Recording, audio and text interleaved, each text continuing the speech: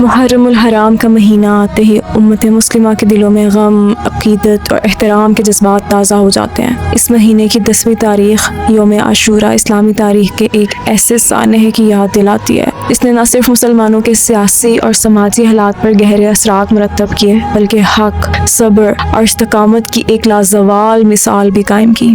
یہ واقعہ ہے سانحہ کربلا اور اس کے عظیم کردار ہے نواسۂ رسول حضرت امام حسین رضی اللہ تعالیٰ عنہ۔ آخر وہ کون سے حالات تھے جنہوں نے امت کو اس دردناک موڑ تک پہنچا دیا؟ کربلا کے پس منظر کو سمجھنے کے لیے ہمیں خلافت راشدہ کے آخری دور کی طرف رجوع کرنا ہوگا۔ حضرت عثمان بن عفان رضی اللہ تعالیٰ عنہ کے دور میں اسلامی سلطنت بہت وسیع ہو چکی تھی، لیکن بعض شر پسند عناصر اور باغی گروہوں نے حالات کو خراب کرنا شروع کر دیا۔ مدینہ منورہ کا محاصرہ کیا گیا۔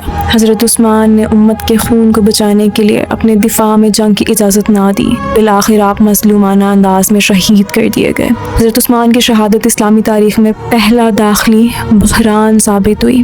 اس کے بعد حضرت علی رضی اللہ تعالیٰ عنہ خلیفہ بنے، لیکن حالات اس قدر بگڑ چکے تھے کہ جنگ جمل اور جنگ صفین جیسے افسوسناک واقعات پیش آئے۔ دونوں طرف مسلمان تھے اور ہر فریق اپنے اجتہاد کے مطابق حق کا طالب تھا۔ حضرت علی کی شہادت اور پھر حضرت امام حسن کی صلح کے بعد حکومت حضرت امیر معاویہ کے ہاتھ میں آئی۔ انہوں نے ایک طویل عرصے تک حکومت کی اور اسلامی سلطنت کو بہت وسعت دی، لیکن اپنے دور حکومت کے آخری دنوں میں انہوں نے ایک ایسا فیصلہ کیا جو اب تک کے اسلامی اصولوں سے مختلف تھا۔ انہوں نے اپنے بیٹے یزید کو اپنا جانشین یعنی اگلا خلیفہ نامزد کر دیا۔ بعض اکابر صحابہ اور اہل بیت میں سے خصوصاً حضرت امام حسین رضی اللہ تعالیٰ عنہ اور حضرت عبداللہ بن زبیر رضی اللہ تعالیٰ عنہ نے اس معاملے پر اختلاف کا اظہار کیا۔ سن 60 ہجری میں یزید کے برسر اقتدار آنے کے بعد مدینہ کے گورنر کی طرف سے امام حسین سے بیعت کا مطالبہ کیا گیا۔ امام حسین نے مدینہ سے مکہ مکرمہ کی طرف ہجرت فرمائی۔ اسی دوران کوفہ کے لوگوں کی جانب سے ہزاروں خط موصول ہوئے۔ ان خطوط میں امام حسین سے درخواست کی گئی کہ وہ کوفہ تشریف لائیں کیونکہ وہاں کے لوگ ان کی قیادت میں اصلاح چاہتے ہیں۔ امام حسین نے حالات کا جائزہ لینے کے لیے اپنے چچا زاد بھائی حضرت مسلم بن عقیل کو کوفہ بھیجا۔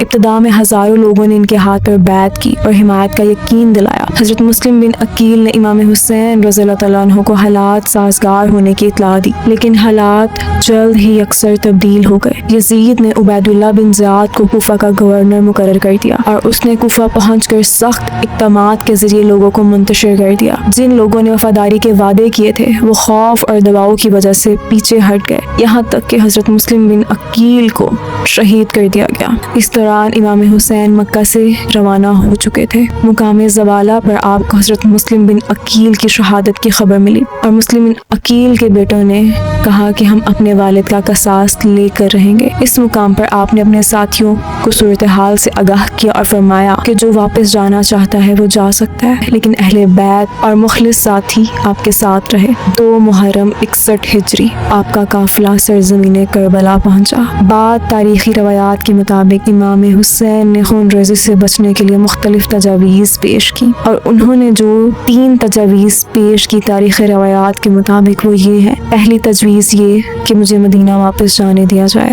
دوسری تجویز یہ کہ مجھے سرحدی علاقوں کی طرف جانے دیا جائے، اور تیسری تجویز یہ کہ مجھے یزید سے براہ راست گفتگو کرنے دی جائے۔ لیکن ابن زیاد کا لشکر صرف ایک بات پر اڑا رہا کہ پہلے یزید کی بیعت کرو اور خود کو ہمارے حوالے کرو، اور آخر کار 10 محرم 61 ہجری کا دن طلوع ہوا۔ امام حسین نے اپنے ساتھیوں کے ساتھ صبر، استقامت اور اللہ پر توکل کی اعلیٰ مثال قائم کی اور آپ کے وفادار ساتھی شہید کر دیے گئے۔